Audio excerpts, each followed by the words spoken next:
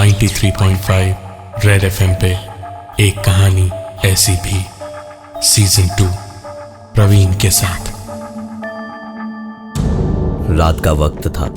राजन दौड़ता दौड़ता हांफता हुआ जोर की आवाज से दरवाजा खोल के घर के अंदर धड़धड़ाते हुए घुसा तो उसके पिताजी ने देखते ही ताना मारा। क्या हुआ? फिर से पुलिस पीछे पड़ गई क्या तुम्हारे? अब क्या कर डाला तुमने? राजन ने एक बदतमीज सी मुस्कुराहट अपने पिताजी को दी और उससे भी ज्यादा बदतमीजी से कहा, ऐसा है बाबूजी, जिनकी मैरारू नहीं होती ना वो रात को सो जाया करते हैं, तो आप भी चुपचाप वही कीजिए और बकैती का काम हम पे छोड़िए, चलिए। इतना कह के राजन बड़बड़ाता हुआ अंदर अपने कमरे में चला गया और उसके पिताजी रोज की तरह अपनी किस्मत को कोसने लगे। नहा धोकर राजन अपने कमरे में ही था जब उसके दो दोस्त आए, केसरी और संजय। अंदर राजन के कमरे में महफिल जमी, बोतल खुली और फुल वॉल्यूम पे गाने चलाए गए। उनकी बातें अभी शुरू ही हुई थी कि बीच में ही बत्ती चली गई। राजन उठकर मोमबत्ती लेने गया। रसोई घर में मोमबत्ती ढूंढते हुए थोड़ी खटर पटर हुई तो एक बर्तन कहीं से किसी ने खींच के फेंका, जो जाकर सीधा रसोई घर की खिड़की पे लगा। राजन ने चिल्ला के कहा, अरे बाबूजी बुढ़ौती में सठिया आ गए हैं क्या? अरे हम हैं यार, कोई चोर वोर नहीं है। लेकिन बाबूजी का कोई जवाब नहीं आया। राजन ने फिर से कहा, बाबूजी, ओ बाबूजी, ये लोटा अभी आप फेंक के मारे हैं ना? बाबूजी के कमरे से खर्राटों की आवाजें आ रही थी। उनके कमरे के पास जाकर मोमबत्ती की रोशनी में राजन ने देखा तो बाबूजी बहुत ही गहरी नींद में सो रहे थे, इसलिए राजन ने भी ध्यान नहीं दिया। चुपचाप अपने कमरे में चला गया और मोमबत्ती की रोशनी में अपने दोस्तों को रसोई वाली बात बता ही रहा था कि एक फूंक की आवाज आई और मोमबत्ती बुझ गई। मोमबत्ती बुझने के एक पल तक तो सन्नाटा रहा, लेकिन ये तूफान से पहले का सन्नाटा था, क्योंकि लगभग तुरंत ही केसरी बड़ी जोर से चीखा और राजन और संजय को केसरी जहां पर खड़ा था वहां से किसी को मारने की और चीजें टूटने फूटने की आवाजें आने लगी। बाबूजी की नींद ये सब सुन के खुली तो अंधेरे में ही दौड़े दौड़े राजन के कमरे में पहुंचे और दरवाजे को खोलते के साथ ही लाइट वापस आई। उनके सामने पूरे कमरे का सामान टूटा फूटा और बिखरा पड़ा था और एक कोने में केसरी बेहोश पड़ा था और उसके सर से खून बहे जा रहा था। 93.5 रेड एफएम पे एक कहानी ऐसी भी सीजन 2 प्रवीण के साथ। राजन के घर में जब उसके दोस्त केसरी और संजय आए तो कमरे की बत्ती चली गई और अंधेरे में किसी ने केसरी को इतनी बुरी तरह से मारा कि उसका सर फट गया। तुरंत ही राजन और संजय उसे लेकर हॉस्पिटल पहुंचे। केसरी बेहोश था, उसके अंदर मरहम पट्टी हो रही थी। जब राजन और संजय बाहर खड़े आपस में ही भिड़ गए।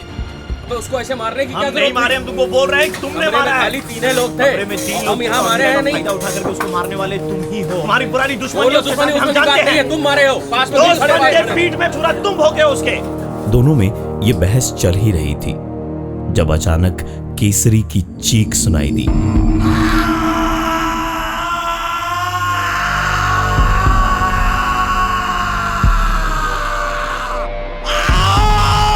दोनों ही तुरंत चीख सुन के अंदर की ओर भागे। पहुंच के देखा कि केसरी पूरी तरह से चीखे जा रहा है।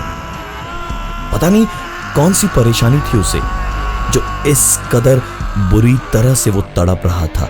राजन और संजय पूछ पूछ के थक गए थे, लेकिन केसरी सिर्फ चीखता ही जा रहा था, पर बोल कुछ नहीं पाया और रह रह के कमरे के एक कोने की तरफ इशारा कर रहा था।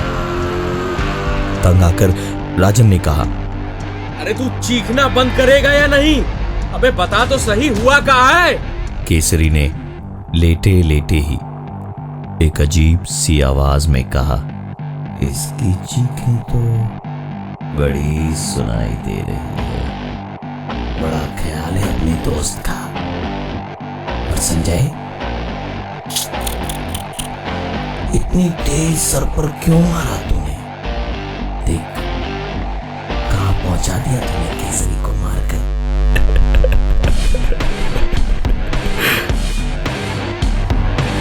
केसरी का इतना कहना भर था कि वो तुरंत ही बेहोश हो गया और उसके बेहोश होते के साथ ही राजन बिल्कुल संजय पर चढ़ बैठा और चिल्ला के उससे कहने लगा, मैं जानता था कि तूने ही मारा है केसरी को। क्यों मारा बे उसको? आपस में ही अगर हम लड़ मरेंगे तो ज्यादा दिन बच नहीं पाएंगे। संजय लाख कहता रहा कि उसने नहीं मारा है केसरी को, लेकिन राजन माने तब ना, और ऊपर से जब केसरी ने खुद ही बोल दिया तो फिर तो कोई बात ही नहीं थी। हॉस्पिटल में दोनों की बहसबाजी और चीख पुकार से हॉस्पिटल वालों ने सीधे पुलिस को बुला लिया, क्योंकि उन दोनों के मुंह कोई नहीं लगना चाहता था। पुलिस ने दोनों को ले जाकर लॉकअप में अलग अलग सेल में बंद कर दिया। संजय तो जैसे लॉकअप में इसके पहले गया ही नहीं था, पागलों की तरह अंदर से चिल्लाए जा रहा था, जाने दो ना दरोगा साहब, जाने दो ना दरोगा साहब, हमने कुछ नहीं किया दरोगा साहब, हमें जाने दो, हमारा दोस्त बीमार पड़ा है दरोगा साहब, हमें। और कहते कहते ही इस बार संजय की आवाज बदली और उसने दरोगा जी से कहा, जाने दो ना दरोगा जी, जाने दो ना, हमें नहीं जाने दोगे? नहीं जाने दोगे? आज तो तुरंत पकड़ के बंद कर दिया। उस दिन तो FIR लिखने के भी 5,000 रुपए मांग रहा था मेरे बूढ़े पिताजी से। खुले घूम रहे थे ये तीनों, लेकिन अब नहीं दरोगा बाबू, 5,000 रुपए लिए थे ना? हाँ? हाँ।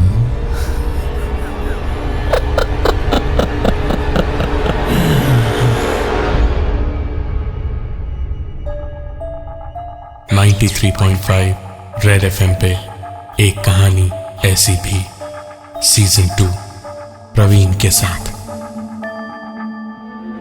राजन के घर पे केसरी और संजय जब आए तो केसरी को अंधेरे में किसी ने बुरी तरह से मारा। हॉस्पिटल के अंदर राजन और संजय में बहस होने लगी कि आखिर केसरी को मारा तो मारा किसने।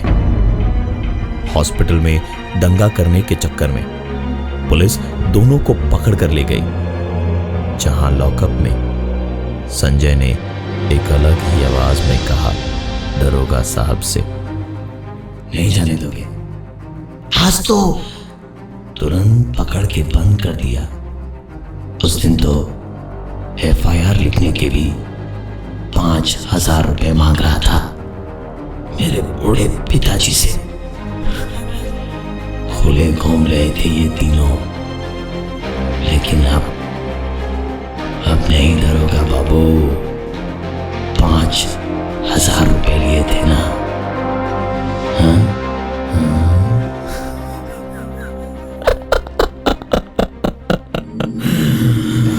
दरोगा जी से ये बदतमीजी सही नहीं गई।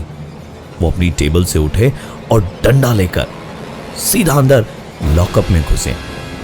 और लगे संजय को किसी जानवर की तरह मारने पीटने।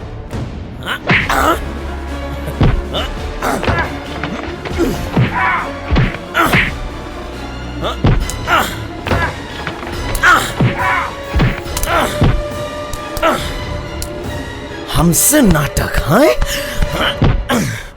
साले। मार खाते खाते जहां संजय की चीख निकलनी चाहिए, उसने पलटकर दरोगा साहब से हंसते हुए कहा, 15,000 रुपए लिए थे ना तूने बच्चों के मर्डर केस को दबाने का? मुझे सब पता है दरोगा। संजय का इतना कहना था कि दरोगा और पूरी तरह गुस्से में संजय को पीटने लगा। मार खाते खाते संजय ने फिर से कहा, और वो मंत्री के बेटे का केस, हाँ, किसी को नहीं मालूम। रफा दफा करने का 2 लाख रुपए। मकान तो तेरा बहुत ही अच्छे से बन रहा है दरोगा। दरोगा साहब का बस चलता तो वो संजय को तोप से बांध कर उड़ा देते, लेकिन हाथ में बस इस वक्त एक लाठी भी उतनी ही बेरहमी से मार रही थी संजय को। और संजय भी न जाने किस अजीब हालत से गुजर रहा था कि मार खाते खाते जोर से हंसा और उसने कहा, तुझे और एक बात बताऊं दरोगा, तेरी ड्यूटी पे निकलने के बाद शिवराम रोज तेरी बीवी से मिलने जाता है, और कभी कुछ मिनट तो कभी घंटों उसके साथ।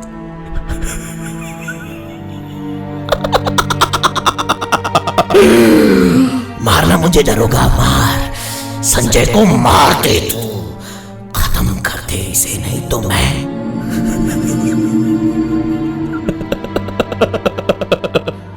दरोगा साहब संजय को मारते मारते थक के अब उसका गला घोट के उसे मारने ही जा रहे थे।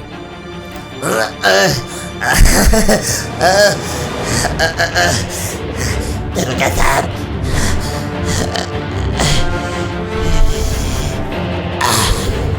मार दो दरोगा साहब, मार दो। हवलदार ने दरोगा साहब को समझाते हुए कहा कि अगर संजय लॉकअप में मर गया तो इंक्वायरी बैठ जाएगी। उसने ये भी कहा कि इसे अभी छोड़ दीजिए, जब ये बाहर निकलेगा तो हम देख लेंगे। रात भर वहीं लॉकअप में बंद रहने के बाद सुबह सुबह राजन के बाबूजी ने आकर दोनों की जमानत करके छुड़वाया। बाहर निकल के राजन और संजय सीधे हॉस्पिटल गए केसरी को देखने, लेकिन वहां पता चला कि वो डिस्चार्ज होके अपने घर चला गया है। दोनों निश्चिंत हुए और राजन ने संजय को कुछ देर बाद केसरी के घर पे मिलने को कहा। अपने घर पहुंच के राजन ने देखा कि बाबूजी घर पर नहीं थे। राजन सीधा नहाने चला गया। गर्मी का मौसम था, ठंडा पानी बदन पे डाला तो राजन की चीख निकल गई। पानी इतना गर्म था जैसे अभी भी उबल रहा हो। राजन को लगा कि उसने शायद गीजर ऑन कर दिया होगा। पानी में हाथ डाल के चेक किया तो पानी ठंडा था। राजन ने एक मग बाल्टी से लेके दोबारा खुद पर डाला तो दोबारा उसकी चीख निकल गई। पानी अभी भी उतना ही गर्म था। राजन समझ गया कि कुछ तो गड़बड़ है, इस घर में रहना फिलहाल सही नहीं है। तुरंत बाहर निकल के अलमारी से कपड़े लेने को, अलमारी खोलते के साथ ही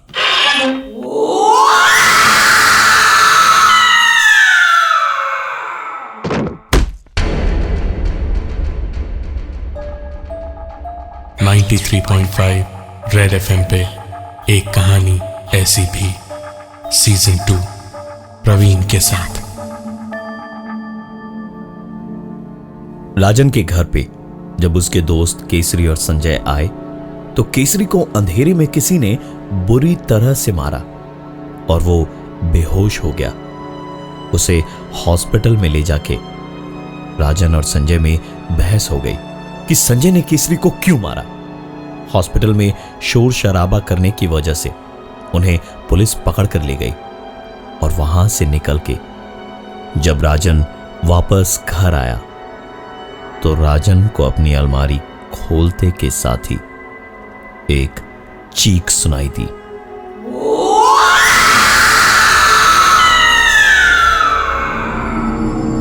राजन ने चीख सुनी तो तुरंत उसने 2 कदम पीछे लिए और उसका पैर किसी चीज में फंसा और वो गिर गया।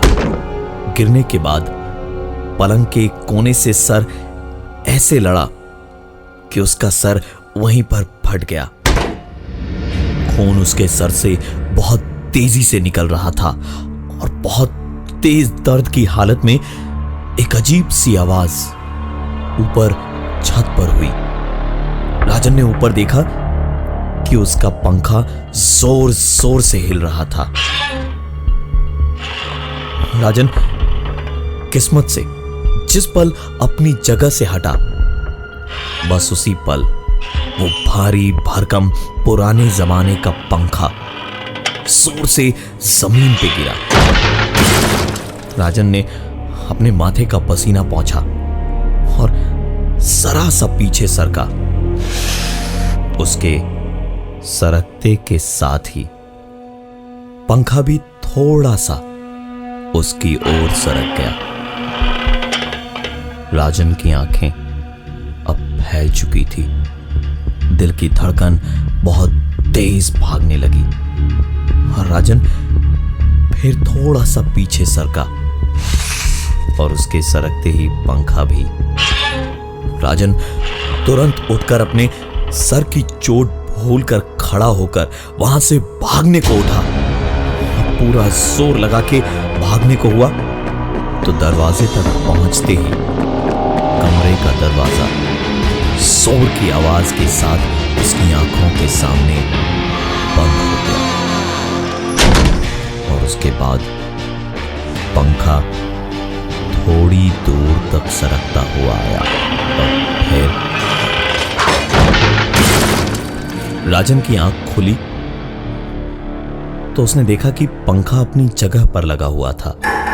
उसे अपने बाबूजी की फिक्र हुई। तुरंत बाबूजी के कमरे में पहुंचा तो देखा बाबूजी की आंखें बंद थी। उसने बाबूजी को जगाने को आवाज दी। बाबूजी नहीं जागा।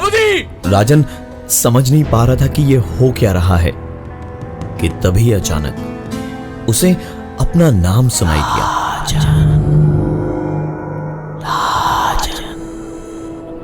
इस आवाज को ध्यान से सुनते सुनते राजन उस आवाज के पीछे पीछे जाने लगा। उसके चारों तरफ अंधेरा था, कहीं उसे कोई नजर नहीं आ रहा था।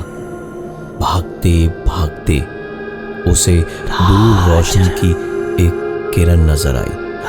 राजन उस ओर दौड़ने लगा और अपने नाम की उस आवाज का पीछा करते करते शहर के ट्रैफिक को पार करते हुए जब वो एक घर के सामने रुका तो देखा कि ये तो केसरी का ही घर है और ये जो आवाज वो अब तक सुन रहा था वो उसके दोस्त केसरी की है। केसरी के घर का मेन दरवाजा खुला पड़ा था। अंदर घुस के राजन उस आवाज का पीछा करते हुए केसरी के कमरे के दरवाजे के ठीक बाहर खड़ा था। उसके दरवाजे को खोलते के साथ ही केसरी ने कहा,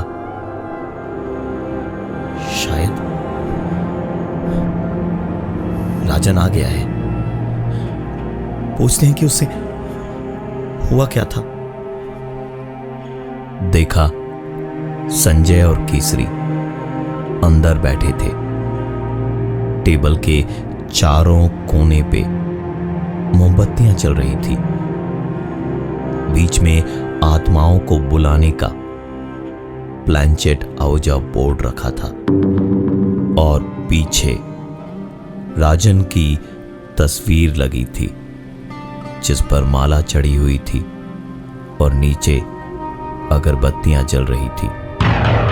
राजन को एक लड़की अपनी ही तस्वीर के ठीक पास में खड़ी दिख रही थी, जो कभी संजय की ओर इशारा कर रही थी तो कभी केसरी की ओर। राजन को सब समझ आ गया। ये वही लड़की थी जिसका बलात्कार इन तीनों ने करके उसे आत्महत्या करने पर मजबूर कर दिया था। उसकी रिपोर्ट तक नहीं लिखी थी पुलिस वालों ने। लड़की अपने दर्द से और उसका बूढ़ा गरीब बाप अपनी बेटी की मौत के गम में इस दुनिया में नहीं रहे। राजन की मौत उसके घर में ही हुई थी, जब पंखे से उसे जोर की चोट लगी थी। केसरी के घर तक जो पहुंचा था वो राजन की आत्मा थी, जिसे संजय और केसरी ने ही बुलाया था। संजय और केसरी इस बात से बेखबर थे कि राजन की मौत के पीछे उसी लड़की का हाथ है जो इस वक्त उनके कमरे में है, अपनी मौत का बदला लेने के लिए। राजन चाह कर भी अपने दोस्तों को बचा नहीं सकता था। अगले 10 दिनों के अंदर राजन के दोस्त संजय और केसरी की भी अलग अलग हालातों में मौत हुई। इंसान को अपने कर्मों की सजा इसी जन्म में मिलती है, पर कभी कभी ऐसे तरीकों से मिलती है जिन्हें साइंटिफिकली प्रूव करना नामुमकिन हो जाता है। मैं हूं प्रवीण और ये थी आज की एक कहानी ऐसी भी। 93.5 रेड एफएम पे एक कहानी ऐसी भी सीजन 2 प्रवीण के साथ।